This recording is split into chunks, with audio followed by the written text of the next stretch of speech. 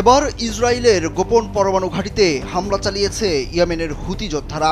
গাজাবাসীর প্রতি সংহতি প্রকাশ করে হাইপারসনিক মিসাইল প্যালেস্টাইন 2 ও জুলফিকার ক্ষেপণাস্ত্র দিয়ে তারা এই হামলা চালিয়েছে।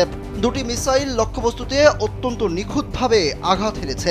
এর মাঝে প্যালেস্টাইন 2 মিসাইলটি এসদত মাইকা অঞ্চলে ইসরায়েলের গোপন একটি পারমাণবিক ঘাঁটিতে আঘাত হানে। ওই ঘাঁটিতে ইসরায়েল পরমাণু ওয়ারহেড বহনে সক্ষম জেরিকো মিসাইল সংরক্ষণ করে। অপর মিসাইলটি ইসরায়েলের আন্তর্জাতিক এয়ারপোর্ট বেন গুরিয়নে আঘাত হেনেছে।